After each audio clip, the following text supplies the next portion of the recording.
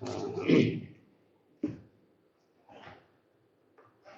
시간에 우리 하나님 말씀 요한복음 19장에 있는 말씀을 보겠습니다. 19장 28절부터 30절에 있는 말씀을 제가 받들어서 읽습니다. 요한복음 19장 28절부터 30절 말씀입니다. 이후에 예수께서 모든 일이 이미 이룬 줄 아시고 성경을 응하게 하려 하사 가라사대 내가 목마르다 하시니 거기 신 포도주가 가득히 담긴 그릇이 있는지라 사람들이 신 포도주를 먹으면 해용을 우슬초에 매어 예수의 입에 대니 예수께서 신 포도주를 받으신 후 가라사대 다 이루었다 하시고 머리를 숙이시고 영혼이 돌아가시니라. 절기 때 절기라고 하는 그 때마다 말씀을 드리지만 신약 성경에는 절기라는 게 사실 없습니다. 부활절, 성탄절 이런 절기들은 성경에 없는 것이고 또 그 시작은 가톨릭에서 나온 것이라고 할 수가 있겠습니다. 그럼에도 불구하고 우리가 부활 주일로 드리는 것은 1년에 한 차례씩 우리 주님의 부활을 우리가 좀 더 깊게 생각하자라는 의도에서 하고 있습니다. 그래서 사실은 매 주일이 주님이 부활하신 것을 기념해서 드리는 예배이기 때문에 우리가 그렇게 아시고 다음 주에 부활주일로 드린다 여기에 대해서 의문을 갖지 않으셔도 되겠습니다. 그래서 오늘은 예수님의 십자가라는 제목으로 말씀을 드리도록 하겠습니다. 신학자 칼 바르트는 십자가에서 더블 이미지를 보아야 한다 그랬습니다. 먼저 자신이 얼마나 큰 죄인인가를 십자가에서 보아야 한다는 것이죠. 예수 그리스도의 십자가 앞에 서면 내 죄가 얼마나 크고 얼마나 무거운 죄인가를 깨닫게 되는데 얼마나 우리의 죄가 크냐? 하나님의 아들을 십자가에 못 박을 만큼 크다는 것이죠. 다음으로 하나님의 사랑 안에서 자신의 가치를 보아야 한다. 하나님의 사랑이 독생자를 십자가에 죽게 하실 만큼 나를 사랑하시고 나를 귀히 여겨서 그 아들의 핏값으로 우리를 사 주셨다는 것이죠. 그러므로 우리는 십자가 앞에 가면 내 죄가 얼마나 크고 무거운가를 깨닫기도 하지만 그 십자가 앞에 서면 하나님이 얼마나 나를 사랑하셨는지 그리고 내가 얼마나 하나님 앞에 귀한 존재인지를 깨닫게 되는 것입니다. 오늘 우리는 바로 이 예수 그리스도의 십자가가 우리에게 어떤 의미인지 생각을 해보고자 합니다. 첫째로 예수님의 십자가는 사랑의 증거입니다.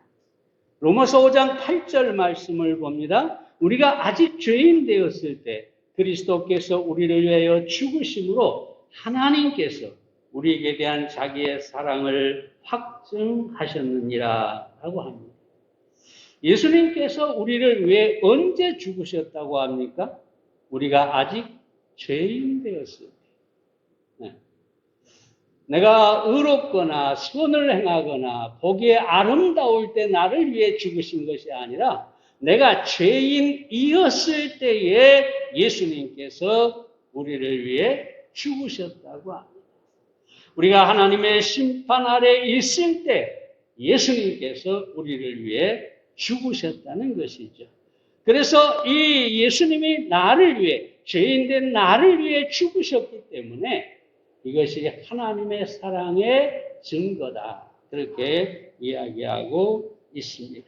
다시 말씀드리지만 십자가, 예수님의 십자가는 하나님이 우리를 사랑하신다는 확실한 증거가 됩니다. 네. 다른 것이 뭐가 필요 있겠어요? 나를 위해서 그 아들을 십자가에 죽게 하셨는데 그 하나님께서 나를 사랑하지 않는다면 그 십자가는 여러분 아무 의미가 없을 것입니다. 사랑하는 사람을 위해서 지불하는 값에 의해서 그 사랑의 크기가 결정되는 것이죠. 하나님께서 예수님 독생자를 십자가에 죽게 하시고 그 피를 흘리게 하신 만큼 그 가치만큼 우리를 사랑하십니다. 그래서 이 하나님의 사랑은 측량할 수가 없는 것입니다. 예수님께서 요한복음 15장 13절에서 사람이 친구를 위하여 자기 목숨을 버리면 이에서 더 큰 사랑이 없다라고 하셨어요. 사람이 친구를 위하여 자기 목숨을 버린다고 할 때 이 목숨을 버리는 분이 바로 예수님이시고 예수님께서 제자들에게 뭐라고 합니까? 너희를 이제는 종이라 하지 않고 친구라 하였노라. 꼭 그 말은 내가 너희를 위하여 목숨을 버리는데 이보다 더 큰 사랑이 없다라는 것이죠. 그래서 찬송가 그 크신 하나님의 사랑은 이 하나님의 사랑이라고 하는 그 찬송가에 보면 이 측량할 수 없는 하나님의 사랑을 아주 잘 표현하고 있는데 그 3절을 원문으로 보면 이렇게 되어 있습니다. 큰 바다를 먹물로 채울 수 있고 하늘을 양피지로 그러니까 종이로 만들었다 해도 땅의 줄기가 다 패니고 그러니까 모든 땅의 식물 그 줄기들이 다 패니고 모든 사람의 직업이 다 서생 글을 쓰는 사람이라고 말이죠. 한들 하나님의 사랑을 다 기록하기 위해는 큰 바다라도 마르리라. 두루마리를 하늘까지 폈다고 해도 하나님의 사랑을 다 기록할 수 없다. 하나님의 크신 사랑은 무궁해서 도저히 측량할 수가 없다는 것입니다. 독생자를 죄인된 우리를 위해 죽도록 내어주신 그 사랑을 신비이고 십자가는 하나님의 확실한 사랑의 증거입니다. 타고르라는 인도의 시인이 이렇게 얘기하죠. 사랑은 끝없는 신비다. 그것을 설명할 수 있는 것은 전혀 없기 때문입니다. 물론 이 타고르는 인간의 사랑을 얘기하겠죠. 사랑은 신비다.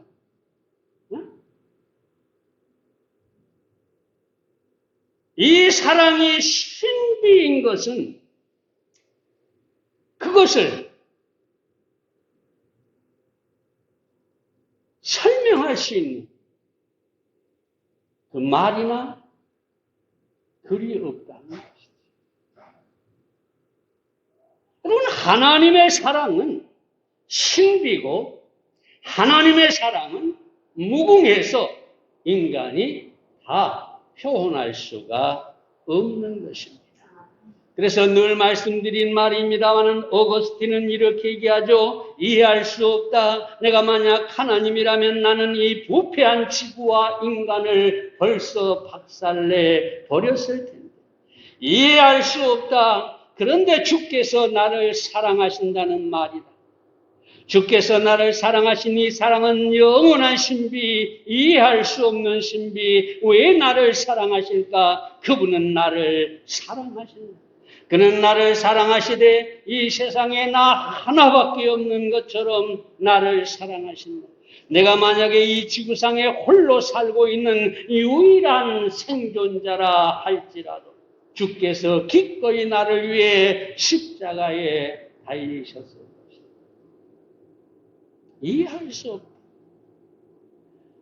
도대체 하나님께서 뭐가 아쉬워서 나 같은 자를 위해서 십자가를 주셨느냐. 이건 신비고 이해할 수 없는 것입니다. 그러나 분명한 사실은 그 십자가 때문에 하나님은 나를 사랑하신다. 십자가가 확실한 사랑의 증거라는 것입니다. 영국의 작가 오스카 와일드는 살로메라는 그의 책에서 이렇게 얘기합니다. 사랑은 성찬이라 받는 자가 무릎을 꿇고 받아들여야 하며 그것을 받는 입술이나 마음에서 주여 저는 낮은 자입니다. 저는 무자격합니다라고 감격의 소리가 울려 나와야 한다라고 했습니다. 이 하나님의 사랑을 잊기에 우리는 정말 자격이 없는데 하나님께서 그 큰 사랑 때문에, 무궁한 사랑 때문에 우리를 위해 십자가를 지셨다는 것이죠. 그래서 우리는 그 십자가의 사랑을 감격해야 한다는 것입니다. 이 신비한 하나님의 사랑은 능력이죠. 로페즈라고 하는 미국의 여성이 47일 동안 혼수 상태에 빠져 있었습니다. 의사들이 회생 불가능이다. 그리고 모든 그 산소 호흡기라든가 모든 의료무기를 다 떼버렸어요. 이제 가족들은 죽음을 기다리고 있습니다. 언제 숨을 거두나? 병실에서 로페드의 환자를 지켜보고 있습니다. 근데 중요한 사실은 이 로페드는 그때 당시에 임신을 하고 있었어요.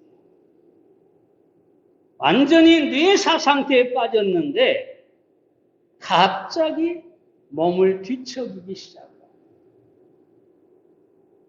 왜 그랬을까요? 그 안에 이 생명이, 그 아이가 해동을 하는 거예요. 근데 놀라운 사실은 그런 상태에서도 출산을 했습니다. 그리고 나서 이 로페즈라는 여인은 서서히 의식이 돌아와서 온전하게 회복이 됐다가, 여러분 이게 뭘까요? 뭐가 죽을 수밖에 없는 사람을 깨어나게 했을까요? 뭐가 그 생명을 살아나게 했을까요? 다른 게 아니죠. 사랑은.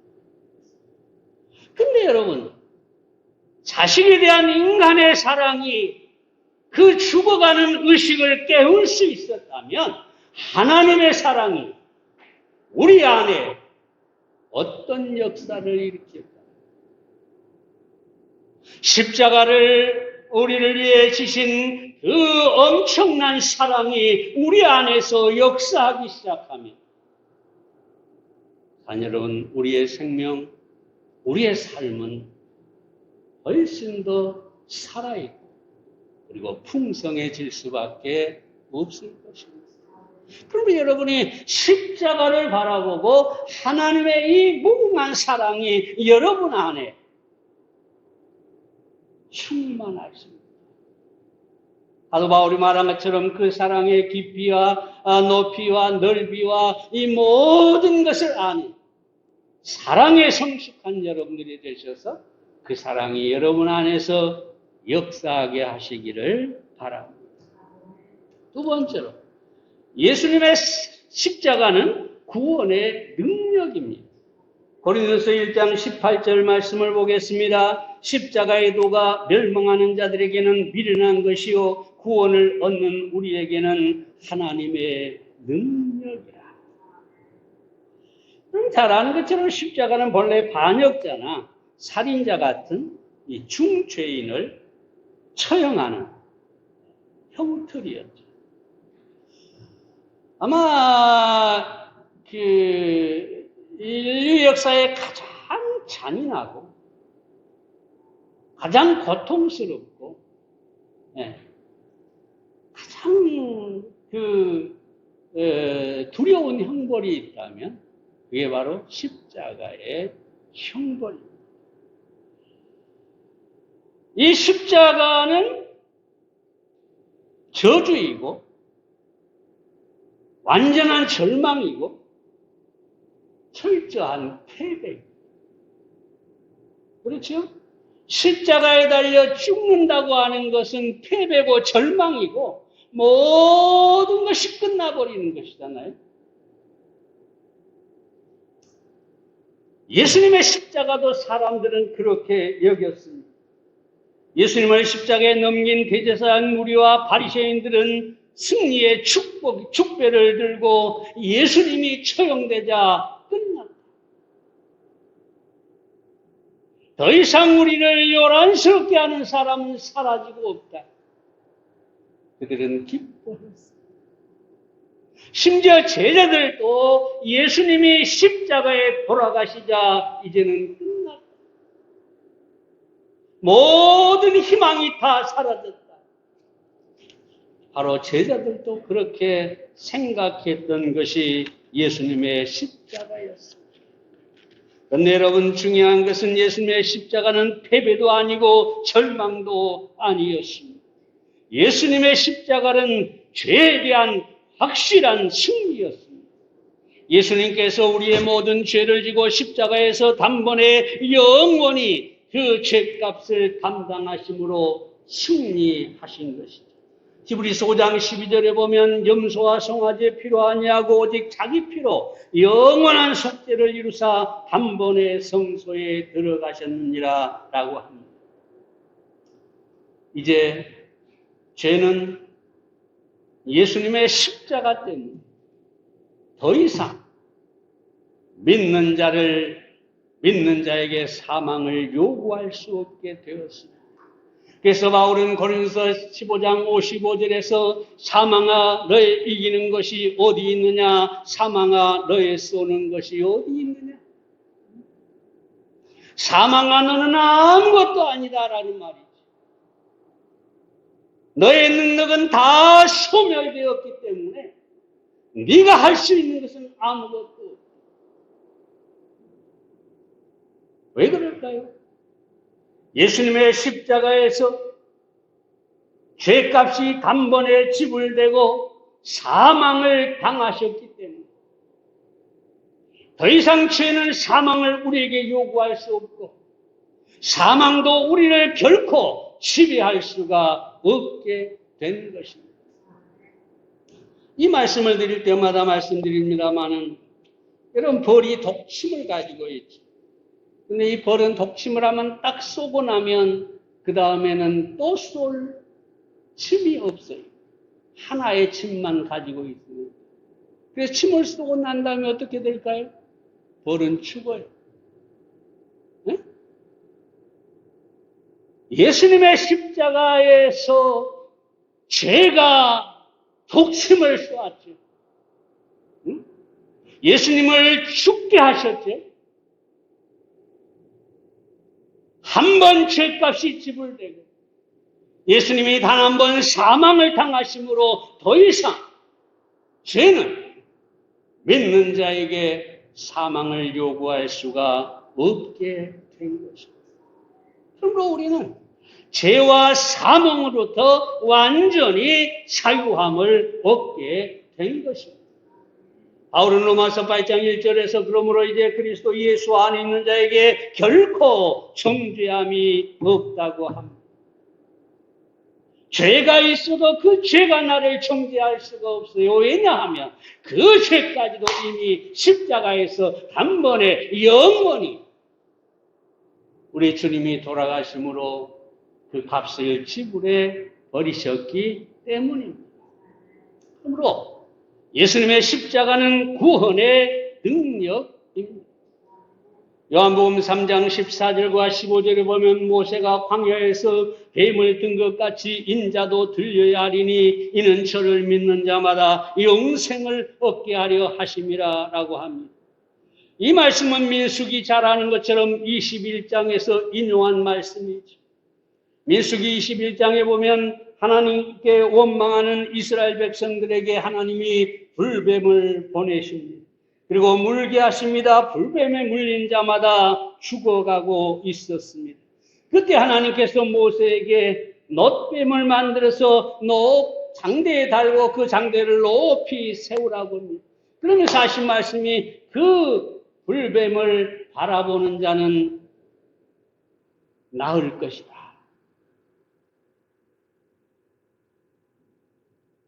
그러면서 예수님이 하신 말씀이 뭡니까? 이 모세가 광야에서 뱀을 높이 든 것처럼 인자, 나도 들려야 하리라. 이 말은 무슨 말입니까? 16장의 6절에 보면 믿는 자마다 영생을 얻게 하려 하십니다.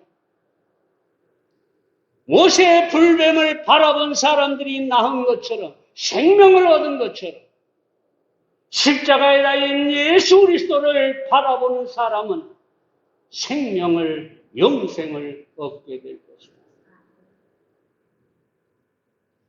사랑하는 여러분, 예수 그리스도의 십자가는 그러므로 구원의 능력입니다. 죄 사함의 능력입니다. 하나님의 자녀가 되게 하고 천국에 들어가게 하는 능력이 되는 것이 바로 십자가입니다. 그러므로 우리는 이 놀라운 은혜에 감사해야 합니다. 나 같은 죄인을 예수님께서 십자가에서 그 죄값을 지불하심으로 죄와 사망에서 승리하게 하시고 나를 구원하신 그 놀라운 사실을 우리는 기뻐하고 감사해야 할 것입니다. 여러분 모두가 다 구원을 받았겠지만 행여라도 아직까지 구원받지 못한 사람이 있다면 십자가 앞에 나가서 그 십자가의 의미가 무엇인지 깨달아 구원을 얻으시기를 바랍니다. 세 번째로 예수님의 십자가는 축복의 보증입니다. 로마서 8장 32절 말씀을 보겠습니다. 자기 아들을 아끼지 아니하시고 우리 모든 사람을 위하여 내어주신 이가 어찌 그 아들과 함께 모든 것을 우리에게 은사로 주지 아니하시겠느냐. 사도 바울은 여기서 하나님께서 자기 아들을 아끼지 않고 모든 사람을 위해 내어주셨다고 합니다. 물론 여기서 내어주셨다는 것은 십자가 위에서 속죄의 제물이 되도록 내어주셨다는 뜻입니다. 우리가 이 내어주셨다라는 말씀에서 생각할 수 있는 것들이 있습니다. 먼저 내어주셨다 하는 말씀은 우리 죄를 대신할 속죄의 제물로 주셨다는 뜻입니다. 예수님께서 하나님 아버지의 뜻을 따라서 기꺼이 십자가에서 우리의 죄값을 위한 제물이 되셨습니다. 그래서 죄인된 우리는 하나님 앞에 더 이상 죄값을 지불할 필요가 없어졌습니다. 히브리서 10장 17절 18절 말씀 잘 아십니다. 또 저희 죄와 저희 불법을 내가 다시 기억지 아니하리니 하셨으니 이것을 사하셨은즉 다시 죄를 위하여 제사 드릴 것이 없느니라. 그럼 얼마나 놀라운 말씀입니까? 얼마나 놀라운 은혜입니까? 하나님이 우리 죄를 기억하지 않는다고 합니다. 근데 여기서 우리가 알아야 할 사실은 우리의 성경에는 죄라고 번역이 되어 있지만 영어 성경에 보면 sins, 죄들이라고 되어 있습니다.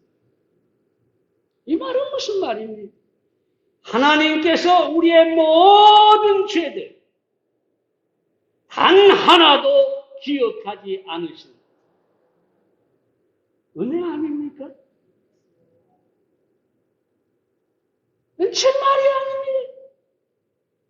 나도 기억하는 과거의 죄, 늘 마귀가 나를 공격할 때 사용하는 그 죄, 그 죄들이 무엇이든지 간에 하나님은 기억하지 않으십니다. 믿으시기 바랍니다.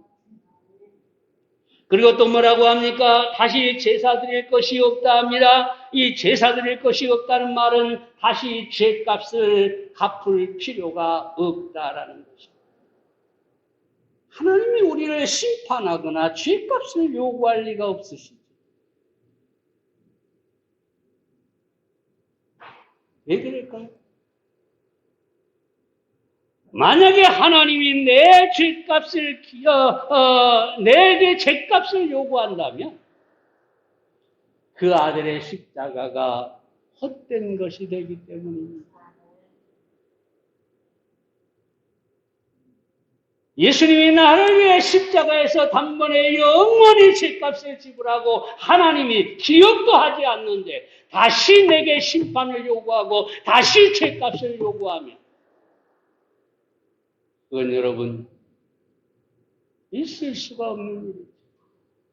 하나님은 결코 잘못 말씀하거나 잘못하실 수가 없는 분입니다. 어떤 착오도 일으키지 않는 분입니다. 그래서 십자가에서 단번에 영원히 내 죄값이 지불됐다는 사실을 하나님께서 아시기 때문에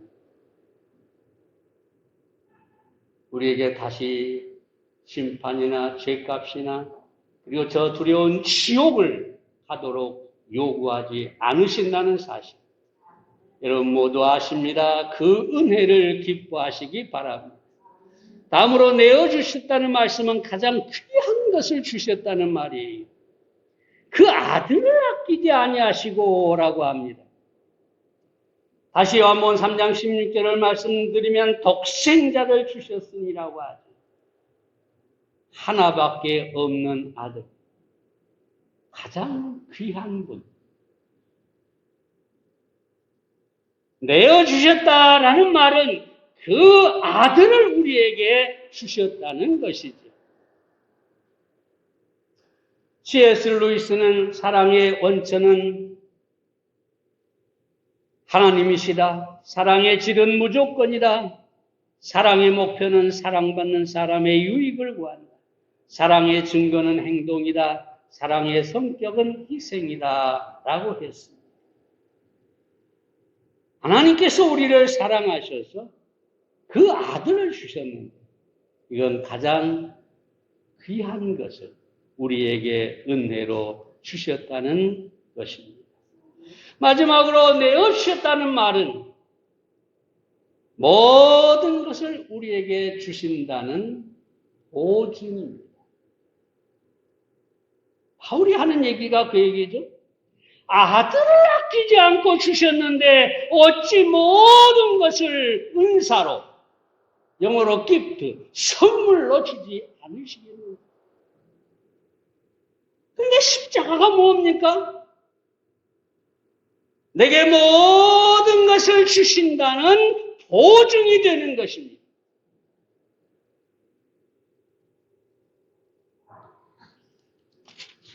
그러므로 여러분의 삶에 어떤 필요가 있든지 십자가를 바라보시기 바랍니다.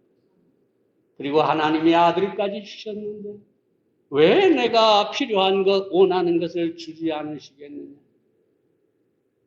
믿음을 가지시기를 바랍니다.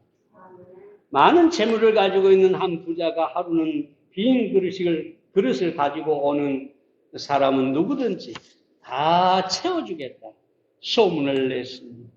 그래서 어떤 사람이 생각하기를 이 너무 큰 그릇을 가지고 가면 염치가 없으니까 그냥 공짜로 준다는데 하고 조그만 그릇을 가지고 갔어요. 그러니까 부자가 아무 말도 하지 않고 그 그릇에 가득 채워줘서 갔어요. 근데 그 다음 사람이 진짜 주네. 그리고 더 큰 그릇을 가지고 왔어요. 거기 또 가득 채워줬어요. 다음 사람이 또 갑니다. 이제 사람들이 갈 때마다 채워주니까, 정말 내가 큰 그릇을 가지고 왔다고 큰 그릇을 가지고 다 채워줘. 근데 문제가 어디서 생기는 거예요? 처음에 부자에게 갔던 사람, 그 작은 그릇을 갖고 왔던 사람이 부자를 찾아가서 불평을 합니다.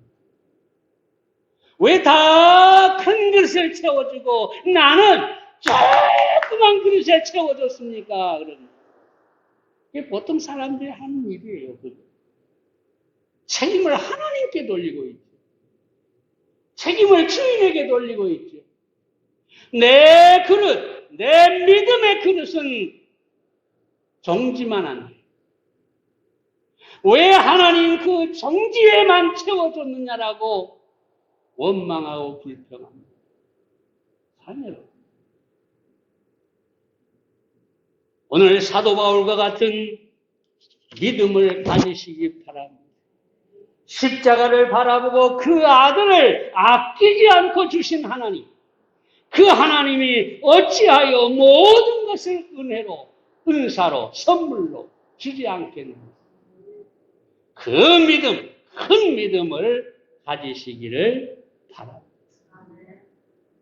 십자가는 축복의 확실한 보증입니다. 그 십자가의 보증을 믿고 하나님 앞에 무엇이든지 구하고 믿으시기 바랍니다. 마지막 네 번째로 했으면 십자가는 천국의 소망입니다. 누가복음 23장 44절 3절 말씀을 보겠습니다. 예수께서 이르시되 내가 진실로 내게 이르노니 오늘 내가 나와 함께 낙원에 있으리라 하십니다. 예수님이 십자가에 못 박히실 때 두 강도가 함께 달렸습니다. 그 중에 한 강도는 예수님을 비방했습니다. 네가 그리스도라면 나를 구원해라, 우리를 구원해라. 너를 구원하고 우리를 구원해라라고 조롱하고 비웃는 모습을 보게 됩니다. 그런데 다른 한 강도는 예수님께 당신의 나라가 임하실 때 나를 생각하소서. 나를 구원하소서 그 말이죠. 그때 예수님 뭐라고 합니까? 내가 나와 함께 낙원에 있으리라.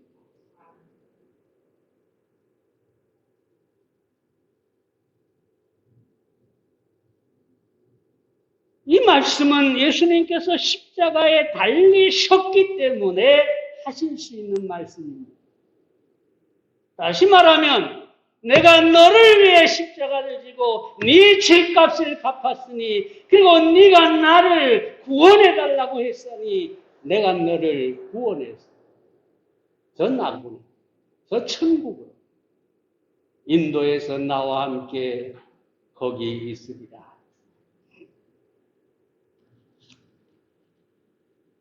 천국은 지난번에도 말씀드렸지만 많은 기독교인들이 천국에 대해서 가볍게 생각하거나 아니면 자기는 천국이 필요 없다고 생각하는 사람들이 있습니다. 그저 이 땅에서 잘 되고 이 땅에서 부자가 되고 이 땅에서 성공하고 오로지 그것을 위해서 교회를 다니는 사람들이 많이 있습니다. 그러나 사랑하는 여러분, 잘 들으시기 바랍니다. 만약에 그 눈에 천국이 보이지 않거나 이 육신의 눈으로 보인다는 얘기는 아니죠. 천국에 대해서 희미하게 생각합니다. 천국이 필요 없다고 생각하는 사람들, 분명히 말씀드리지만 구원받지 못한 사람들, 정말로 구원받을 사람은 천국 신앙을 확실하게 갖고 있는 것입니다.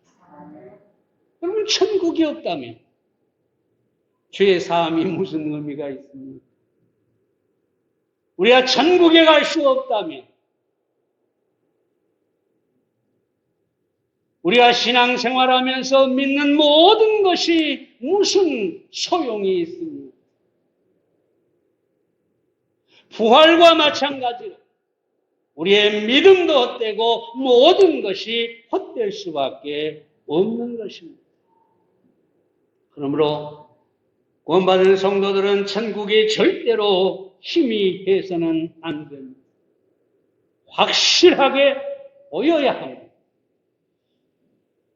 왜 그렇습니까? 천국은 확실히 실제하기 때문입니다. 성경은 천국을 확실하게 말하고 있습니다. 예를 들어 몇 사람 생각해 보겠습니다. 아브라함을 보세요. 히브리서 11장에 보면 아브라함이 장막에서 나그네로 산 이유가 하늘에 있는 성을 바랐기 때문이라고 합니다. 아브라함은 평생을 천막에서 살았습니다. 소돔의 롯처럼 집을 짓거나 세상에 쌓지 않았습니다. 그 이유를 성경은 뭐라고 하느냐? 저 하늘에 있는 성을 바랐기 때문입니다. 다시 말하면 아브라함은 천국을 날마다 순간마다 바라보면서 살았다는 것입니다. 사도 바울을 보세요. 고린도서 12장에 보면 셋째 하늘에 올라가 말로 할 수 없는 말을 들었다고 합니다. 여러분, 2000년 전에 셋째 하늘이라고 합니다. 하나의 하늘밖에 모르던 시대입니다. 인간의 지식은 그것밖에 아니었습니다. 그저 보이는 하늘, 그게 전부였습니다. 근데 사도 바울을 보세요. 셋째 하늘이라고 합니다. 오늘날 과학은 이 셋째 하늘을 말하고 있습니다. 무슨 얘기입니까? 이 대기권에 하늘이 있고 저 우주가 있고 그 우주 너머에 또 다른 무엇이 있다고 분명히 말하고 있습니다. 그래서 전체 과학자들 가운데 하나님을 믿는 사람이 거의 대부분입니다. 왜? 이 무궁한 세계 우주를 바라보면서 하나님을 믿지 않을 수가 없는 거죠. 그 광활한 우주가 질서정연하게 움직이고 있는데 이것이 우연일 수 없다는 것이죠. 근데 사도 바울은 그 셋째 하늘에 분명히 다녀왔다고 얘기합니다. 그러면서 뭐라고 합니까? 빌립보서 1장에서 내가 이 몸을 떠나 이 육신을 떠나 그리스도와 함께 있을 욕망이 더 좋다고 합니다. 여러분 생각해 보세요. 천국에 대한 확신이 없다면 내가 지금 죽어서 주님과 함께 거하고 싶다. 주님과 함께 저 천국에서 살고 싶다. 여러분 확신이 없이는 말할 수가 없는 것이죠.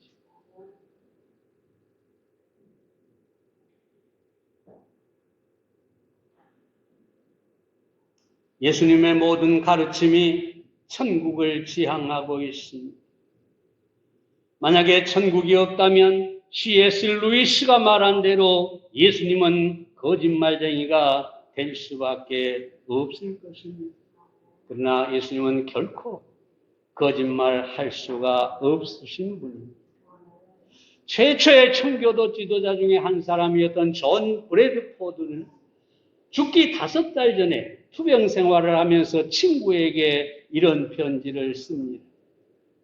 내 비록 여기에는 부족함이 많으나 거기에는 풍요함이 있을 것이니 여기에는 굶주림이 있으나 거기에는 배부름이 있을 것이니 여기에는 피곤함이 있으나 거기에는 안식이 있을 것이니 내 비록 여기에서 이제 내 몸이 죽은 것 같으나 거기에서 부활의 새 몸으로 영광 가운데 살아감을 확실히 미리 보고 있다. 그럼 이게 신앙인입니다. 이게 그리스도인입니다. 미리 보고 있다네. 네? 천국에 대한 믿음, 천국을 볼 수 있는 믿음, 바로 그것이 여러분 우리로 하여금 승리의 삶을 살게 하고 절망을 이기고 소망을 갖게 해 주는 것입니다. 오늘 여러분이 천국 신앙으로 확실하게 무장하시기를 바랍니다. 날마다 천국을 바라보고 사모하는 천국 신앙을 가지고 있다면 이 땅에서 여러분이 어떤 고난을 당해도 소망을 잃지 않을 것입니다. 그래 내게는 천국이 있어. 여기는 힘들고 고통스럽지만 정말 죽을 것 같이 힘들지만 나에게는 천국이 있어. 그 소망으로 현재의 고난을 능히 이길 수가 있게 될 것입니다. 십자가는 확실한 천국의 소망이라는 사실을 다시 한번 기억하시기를 바랍니다. 기도하겠습니다.